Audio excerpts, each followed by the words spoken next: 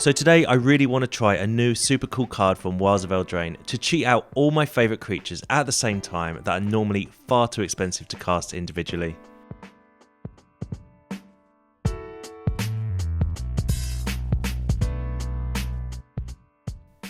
Hey everyone, Hex here, and today I'm playing some good old fashioned Rakdos Reanimator using a new card that can be super effective when cast on turn 5. I'm still super hyped for this new set, so if you haven't yet, go in and hit that subscribe button below to not miss out on future videos, and feel free to let me know if you have any synergies or combos that you want to see. As always, I really appreciate all your support for this channel. But onto this deck, and I want to use this opportunity to play with Lich-Knights Conquest. So although this is a Reanimator card, it's far more than that. I feel a little bit of setup, and this can blow your opponents away by reanimating multiple creatures all at the same time. Essentially, it's a 5-cost sorcery that says as you cast this, you may sacrifice any numbers of artifacts, enchantments or tokens and return that many creatures from your graveyard to the battlefield. Now this is totally busted if you get to return 3 or 4 creatures, especially if you've spent the previous turns just discarding all of your bombs. There are a couple of other reanimated cards in this deck too, in Olivia, Crimson Bride, which is a 6-cost flying hasty 3/4 that when it attacks you can return a creature from your graveyard to the battlefield, tapped and attacking. The downside though is once she's removed, that creature you returned is exiled. So just the one in the deck. And the other card I want to try is Virtue of Persistence. It's a pricey 7-cost enchantment that lets you reanimate any creature from any graveyard in your upkeep. It's totally bonkers when left unchecked,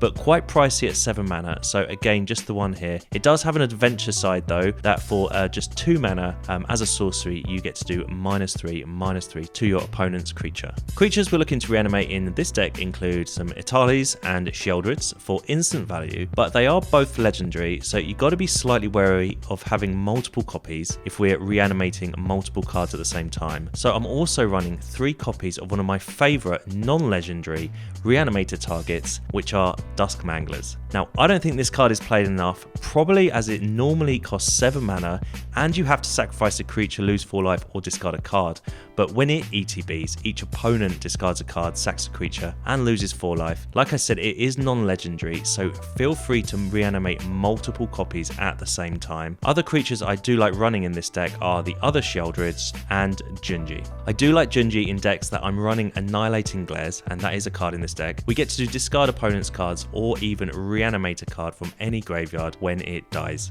So our game plan is we want to make some early tokens and artifacts before turn 5, so look no further than Bloodtithe Harvesters and Charming Scoundrels.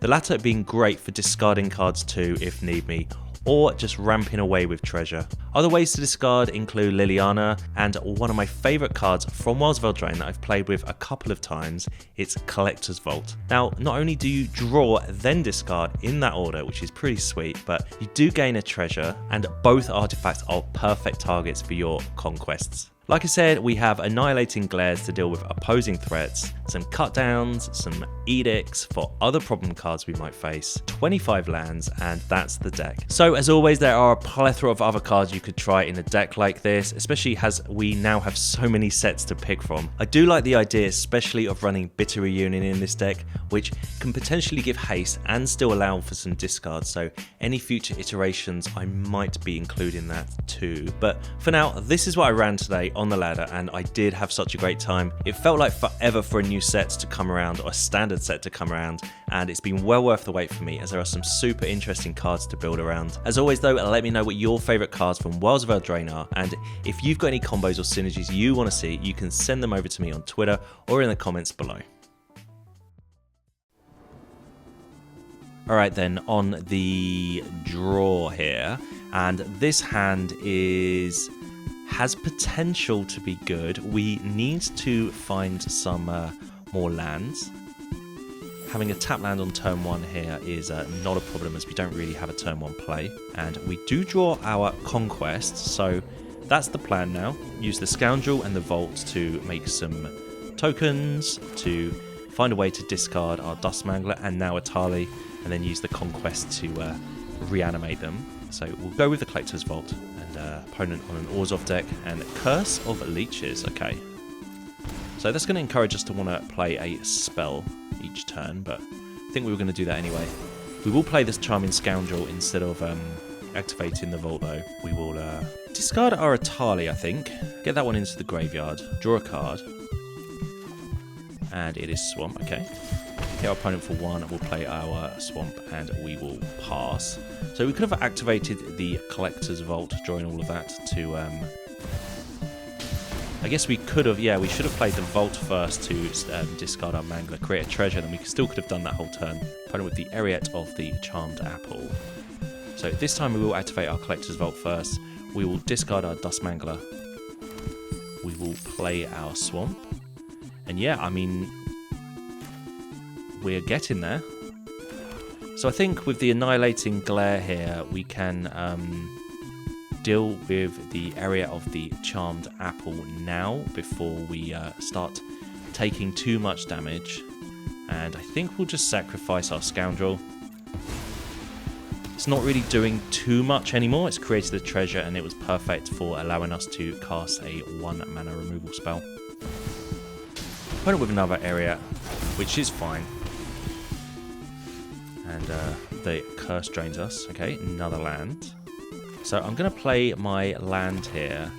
We could play Sheoldred, which obviously would force them to sacrifice their area, but I'm just going to bring back Dusk Mangler and Etali here. Then we've got Sheoldred for next turn if we need it. Our opponent scoops it up first anyway. Nice. Alright, on the play. This hand's... I mean, we've got the Lich-Knights Conquest, so I think it's keepable, but we don't really have any other plays. We'll see how this goes, though. We do have the Virtue of Persistent to give -3/-3 to an opposing threat, so fingers crossed we find some early plays here. As opponent plays a Plains, and we just draw a land. Okay. So, very slow start. Would have been nice to have a Harvester there, or one of our Vaults. And it's Elas Eelcore. Okay. We just draw another land.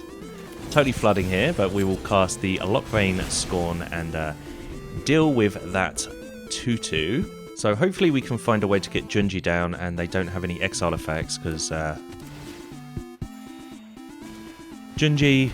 Oh, okay, they have another Death Toucher, but I would block with Junji if they wanted to attack with that later on, as we would be able to discard a couple of cards from their hand or even resurrect one of our own Pilgrims. But yeah, we drew an Etali there. We need to get that in the graveyard, really. And it's a Lunarch Veteran for our opponent. And an Inspiring Overseer. Okay. So a whole ton of life gain. They got up to 25. And we just dropped down to 20. Drew another land. Okay, so it looks like we're totally flooding, but we'll put Junji down. At the end of the day, it is a 5/5 blocker, especially for this Overseer, which they may have felt that could just fly away over any blockers that we have. I really love playing Junji in decks with Annihilating Glare, or even with Lilianas, because we can target ourselves. It's a really good way to discard cards from opposing players, and also for reanimating from any graveyard. Opponent did have Gix's command anyway, so whatever, but they are going to have to discard 2 cards. Didn't really want to reanimate a card there. I think Elas Eelcore was the only one to reanimate, and 2/2 on the battlefield isn't that great. So we find a Bloodtithe Harvester. Okay, well that is a good card. So we'll play that. That produces a artifact. So worst case, next turn we can resurrect our Junji with our Conquest in our hand. Would be lovely if we can find a way to get Etali to the graveyard. We could use the blood token to do that, but then we wouldn't have a target for our Conquest. We even get into the manner where we could cast our Virtue of Persistence as well. We just need to... could just cast that next turn. And I really doubt the opponent will have a way to deal with that, unless they're playing slightly off meta. But anyway, we may die before we get a chance to reanimate something, so it might be a little bit too slow. Opponent with Infernal Grasp takes care of our creature. They go down to 27, and they're going to smash us for 7. We go down to 6, so not great here. Huh, another Harvester. Well, we have a Junji in the graveyard. We could play our second Harvester here. And it would be lovely if I could use one of these blood tokens to get Etali into the graveyard, but I think reanimating the other Harvester and Junji is absolutely fine. Junji having flying is pretty perfect here to deal with this 4-3. If we had reanimated Etali, we may not have been able to block their 2 flyers here. In fact, I think we would have died if we didn't find a flyer due to the triggers off of their Elas Ilkor when their creatures die. But they're going to rumble. No cards in hand. Okay, well, I'm not sure what their attack was then. They're going to lose 3 of their creatures. I know I'm going to take some damage from Elas Ilkor here. We do have Etali next turn. We'll kill 3 of their creatures. We'll take 1 in the air. And then the Elas Ilkor triggers takes us down to 3. They gain a couple of life, go up to 32. But most importantly, our Junji survives. They cast their 1-1. Okay, well, I guess we just play Etali here. Could play our Virtue of Persistence. Probably just too slow here, but let's see what we hit off Etali. And Shelly, perfect, and the Shadowrite Priest. So that's what our opponent was doing. They were going to use the Shadowrite Priest to find a creature in their deck. Not sure what target they would have had. I am going to just kill this 1-1 now. Don't like necessarily doing it. We are only on 3 life. And I don't think I can attack. Opponent goes down to 31. Okay, and they just find a land. So that should be fine for us now. We're going to start gaining with Sheoldred. There's Lily. Okay, let's just get this onto the battlefield. We could have played the Virtue of Persistence then, but I'm going to try and strike while we have the chance because the opponent has no cards. And just going to rumble with Junji and Etali for the moment. I guess we can use our... Well, we can't use our blood anymore. That Virtue is not in our hand. It does look like it's in your hand sometimes, I feel like. When you have no cards and then the Venture card. Voice of the Blessed for the opponent. And we should be good now. Okay, Annihilating Glare. I mean, that can deal with the Voice of the Blessed, which I guess could slightly threaten to get out of control, depending on what they draw. But we'll sacrifice our blood token, cast the the Annihilating Glare, then Virtue of Persistence, up Liliana, and we can just get in there with 3 of our creatures. We're back up to 7 life. We're under no real threat from dying, and we just, I feel, managed to stabilise in time. Opponent loses their missionary. They drop to 5, go back up to 7, down to 5 again, and scoop it up. Yes. Alright, on the draw here, and really like this hand, actually. It's got our 2 of our 2-drops, which is important, I think. The Scoundrel can discard our Dusk Mangler if we need to. And there's Lily right on curve. So we're going to have a great turn 3 as well. We'll play the Bloodtithe Harvester, though. I do feel like this card, if anything's going to get countered, I don't mind the Bloodtithe Harvester being countered. I guess it kind of does the same thing as the Scoundrel anyway. Opponent with Tenacious Underdog. And we find a swamp. But I'll get Liliana down. We'll get them to sacrifice their Underdog. Now, if they go land, Underdog again, and kill our Liliana, so be it. But we're just playing kind of a waiting game before we can get our Junji down. Opponent with Sheoldred, okay. Not a card I like to see, but I guess we haven't got much we can do here apart from play Charming Scoundrel, sorry. And gonna make a treasure. And each player can discard a card, and if we discard our Mangler here, next turn we can reanimate that with our Conquest. And hopefully the opponent just plays or just blitz out the Underdog here. And then our Mangler can deal with this Sheoldred. Okay, the Edict there deals with our Liliana, and they attack. Well, just going to block. Save some damage. Another land for us. Lose a couple of life. I'm going to play Junji here. I'm going to try and see if we can get some more value from our conquest. Opponent does blitz out their underdog. And we can just block that. They do draw a card. Gain a couple more life. But, there's a Collector's Vault. That's good. That's a good card there. Okay, so they didn't play another creature, so I think it's high time that we play our conquest here, and we will get rid of this treasure we've got. Bring back this Dusk Mangler. So they'll be forced to sacrifice their Sheoldred, lose 4 life, discard a card, and then we can attack with Junji. Pop the opponent down to 15. And another Sheoldred, okay. And another Collector's Vault for us. Fair enough. Now, problem with obviously Collector's Vault is we are going to be drawing cards.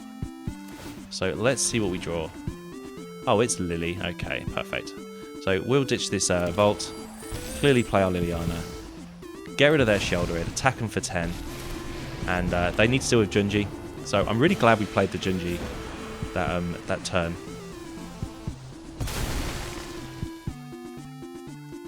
And if they want to use their, if they want to blitz out their underdogs, they're going to take some more damage. And then we've got free reign to attack them. So let's see how they deal with both our creatures they need to deal with here. And they can't. Perfect. Another Dusk Mangler win there. Alright, on the play here. Interesting hand. Up against Hot Salami. So we'll play a Swamp here. And Dimir deck for our opponent, it seems. So most probably Faeries. If any archetype has been created since Wilds of Eldraine, I think Faeries has got to be, for me, the most common one I've seen on the ladder. But it's not too... Well, it doesn't have to be too different from the Dimir deck that was being played before Wilds of Eldraine came out anyway. But they've played an island and just passed the turn, so I'm pretty sure they're just going to counter whatever we do. And we don't really have a player anyway, so... Well, we don't have any play, so we will just play a land and say go. Incredibly slow start for us, but... Etali is in the graveyard. And it's Italian's Messenger. Okay, 1/3, Fairy. So I'm just going to pop that with the cut down now. Hopefully we draw like a Sheoldred next turn that we can play. Well, we did, but the wrong Sheoldred. Yeah, maybe I should have been way more specific with my polite request there to the magic gods. But anyway, we find a land, which is great for our deck, but it is a tap land.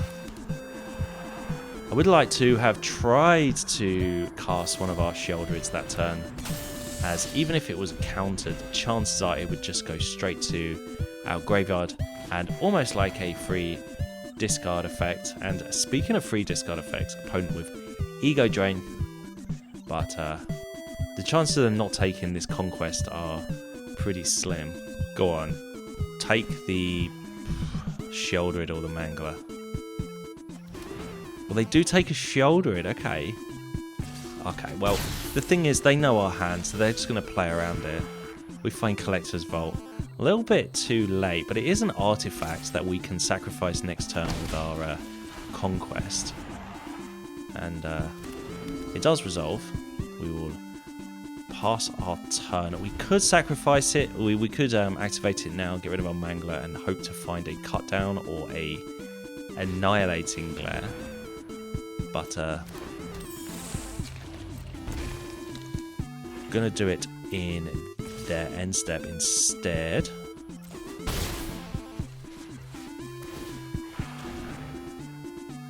And it is land. We will discard this Mangler. Okay, they have 2 mana open. We have 2 artifacts on the battlefield. Is this the moment to try and resolve this conquest, or do we try and play the other Sheoldred? My issue is that they know what's in our hand, so they must have a counter spell. Otherwise they would have taken the conquest. Okay. They do have Spell Stutter. Fair enough. Fair enough. Really hard deck to play against this one, I think. You never know if they've got a fairy they're going to flash in, or a counter spell. Another messenger, but they kind of tap themselves out a little bit here. Like, is that a slight error on their side? I don't think there are any 1-mana counter spells that are going to get us. So they're going to attack.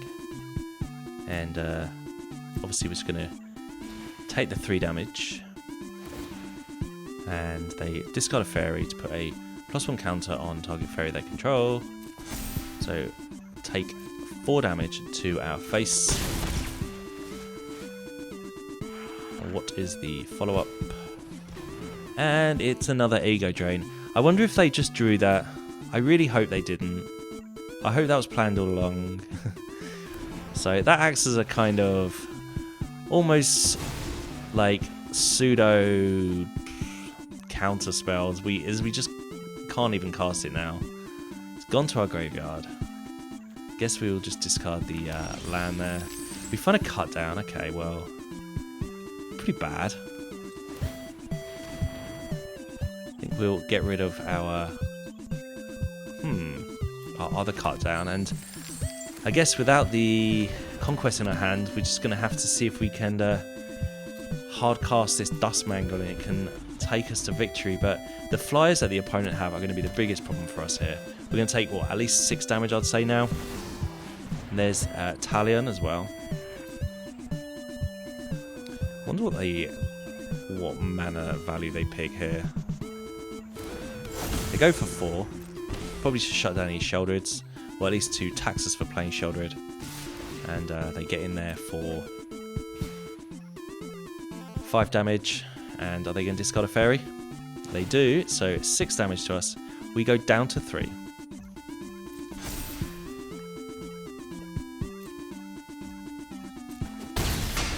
And this is not looking too great. But let's do a little Hail Mary here. Let's get rid of this Dusk Mangler. Find a Bloodtithe Harvester, okay.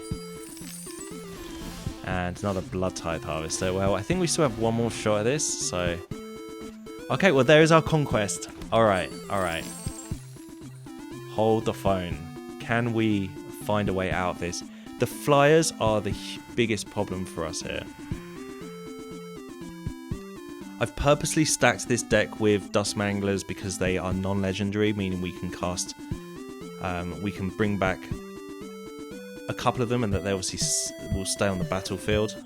But the flyers will mean that they are kind of irrelevant. I guess they're going to have to sacrifice some creatures, and maybe the Etali can find something juicy from their end. So, a little bit unsure what's going to happen here. We're going to just sacrifice 5 artifacts. So this is the deck in working. We have taken way too much damage, but we'll bring back 5 creatures. And let's see how this goes. Did we find a Sheoldred and a Fairy Mastermind off the top?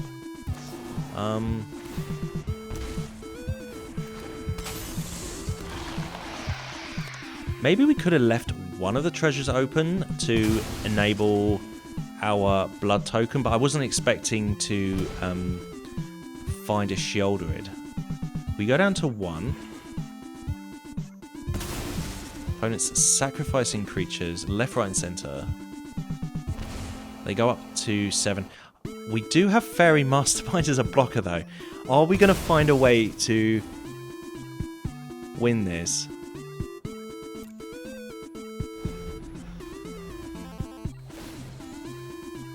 This is tight. Can they deal with the Fairy Mastermind? They have a land. They're checking all our cards. Yeah, we have a flying blocker. Unbelievably. Oh, it's Fairy Fencing. Alright, it deals with our Mastermind. Their Mastermind. And we take lethal. I don't mind that game. That was a fun game to play. Alright, on the play with a pretty nice hand here. Yeah, this is a good hand here. We have the Scoundrel that can make some treasure, our Collector's Vault, which can also make treasure, but can also allow us to discard this Mangler we have in our hand. I think we'll definitely cast the Scoundrel now. And we could discard the Mangler, but we have another way of doing that. So let's make a treasure. Attack our opponent. This could be a turn 3 Sheoldred for us. Opponent having a good look at our little 1-1. So it's kind of done what I wanted it to do already. So if it dies, it dies, and it's perfect fodder for our Annihilating Glare. So opponent with the Tangled Colony. I'm not entirely sure like what the purpose of that card in their deck is at the moment. So to play it safe, I'm just going to attack our opponent, play our Collector's Vault, and then I'm just going to Annihilating Glare this 3-2. We're in it slightly for the long haul. That does put another creature into our graveyard. And opponent with a Lord Skitter Sewer Knight. Okay, so that card isn't great for a Reanimator deck, as beginning a combat they can exile a card from our graveyard. We did find our Virtue of Persistence though, so I'm definitely going to be using the Adventure side, Lockvein Scorn, and -3/-3 to their rat, gain 2 life, and let's discard this Mangler. There's Olivia Crimson Bride, okay. Just the one copy of that card in our deck. It's a nice finisher, but you've got to be careful about reanimating something too early, as you are going to exile the creature from your graveyard when, or exile the creature when Olivia dies. Opponent with Beseech the Mirror. So I'll pop that card up on the screen for those who haven't come across it yet, but effectively they get to cast any card from their deck that costs 4 mana or less for free. They do find a Phyrexian Obliterator, but we can Olivia, find our Dusk Mangler, they have to sacrifice that, and they're going to take 8 damage here. Lose 4 life, so they're going to take 12 damage actually, aren't they? They go all the way down to 6. So a massive turn for us there. Clearly, if they kill our Olivia, our Dusk Mangler does die, but I feel like getting them down to 6 was pretty good. They did have an Edict there, deals with our Mangler, and go for the throat on our Olivia, so loads of removal for our opponent, but we are definitely in the box seat here as we use our Collector's Vault to discard one of our lands. Guess we'll play the other land and drop our Sheoldred. So we can play our Virtue of Persistence next turn if we want to, but opponent scoops it up before we get to that chance.